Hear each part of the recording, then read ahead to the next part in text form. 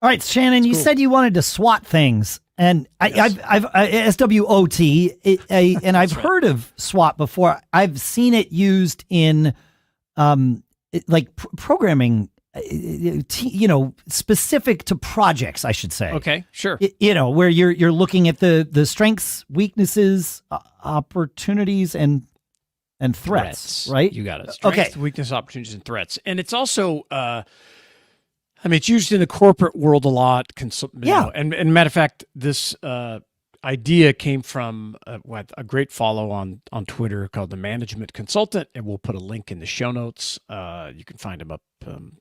I'll repost it as well. Yep. And he talked about how it's a great time of the year to be sitting down and considering these things, your strengths, your weaknesses, what opportunities that you've got, and what the threats are to your business. And so looking at, like, it's not just swatting a given project or thing. This is zooming out and doing it for your entire business. Yeah, exactly. Yeah, and so it makes sense. Yeah, I thought it was great, and I'd love to. I wanted to talk about it from a small business perspective, because I think it's.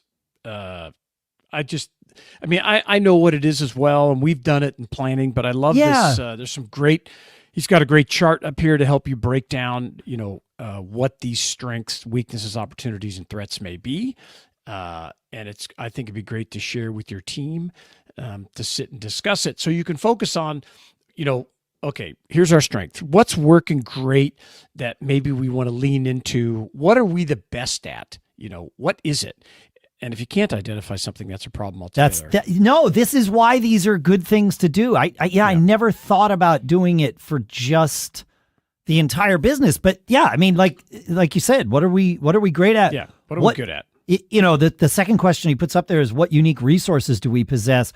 Which I call, what are our unfair competitive advantages? Exactly. Like, what do we have that someone else can't have?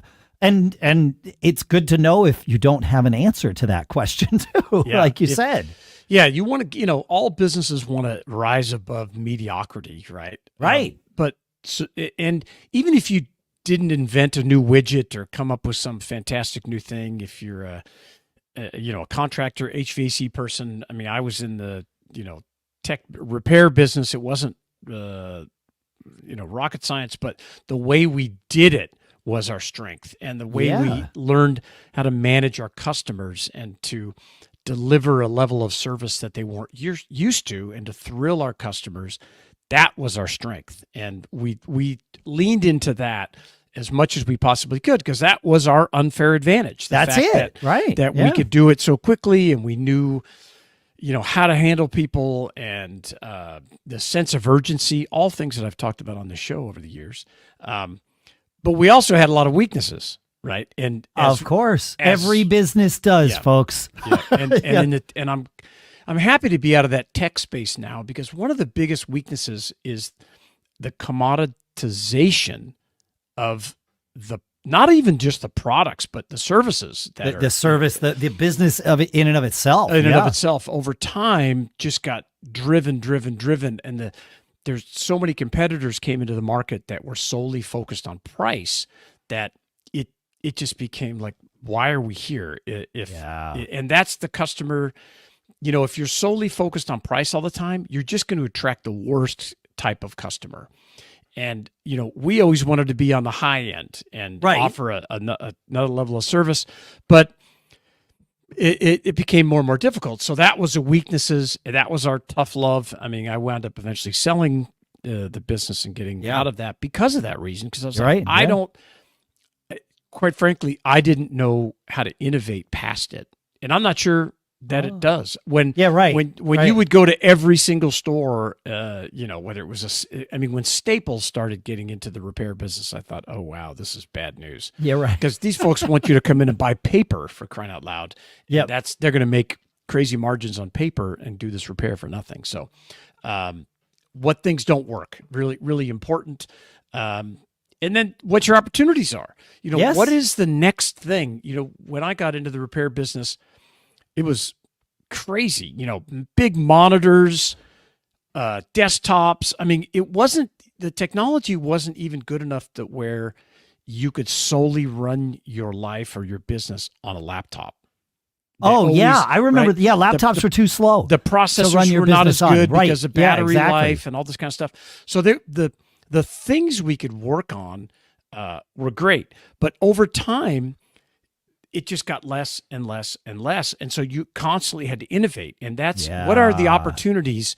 How do you take the next step, from working on Apple color laser printers to realizing that laptops are now the most important business tool, and trying to get, working to get a laptop pickup box in every DHL van in the country. Sure. Those were our opportunities, and you have to identify them and try it, experiment, and see if it works. And luckily it did work, and we were able to stay in that business for 20 years before it just became ridiculous. Yeah, right. No, I want to do this for my business. I am not necessarily eager to see all of the results. No, I hate bad news. Right, exactly. Yeah. It's the optimist dilemma is Right. that I don't want to sit down and talk about this last thing, the threats. I don't want to do it. I don't want to know what my competitors are doing. It's just my human nature. I want to focus on what we're good at, but you need to know what you have to know. It is good. Like it is good to carve out moments where you make yourself aware of these things, and you give yourself opportunity to think about these things in time. You don't want to be preoccupied with the threats all of the time, because you have to believe that there is a reason to go and like do the work each day. Yes. Yeah. And if you're obsessed about the threats all the time, that will paralyze you. But I do believe that if you can't do it, somebody in your organization needs to be the designated downer. Yes. Because they need to want okay, great. All these optimistic things are great, and we're going to achieve all these great things. But here's the immediate threat that we need to address: competitive issues, which, like I just talked about, price, regulatory issues. Apple hated companies like us because we, quote, didn't follow the rules and we sourced parts in the gray market, and they didn't like it. They just hated it. So it was constant battle that you have to go through. So it's important to sit down. I love this framework because it walks you through it, and you can sit down and just kind of lay things out and develop a roadmap. And maybe it's for 6 months, 3 months, maybe it's for your entire year. And now's a great time to do it. We're still in January. And I'd love to hear how you have used this before. Feedback at businessbrain.show. Share your concept, this SWOT or whatever fancy acronym you may have. Help us learn more and share to the business brain as a whole. Yeah. SWOT.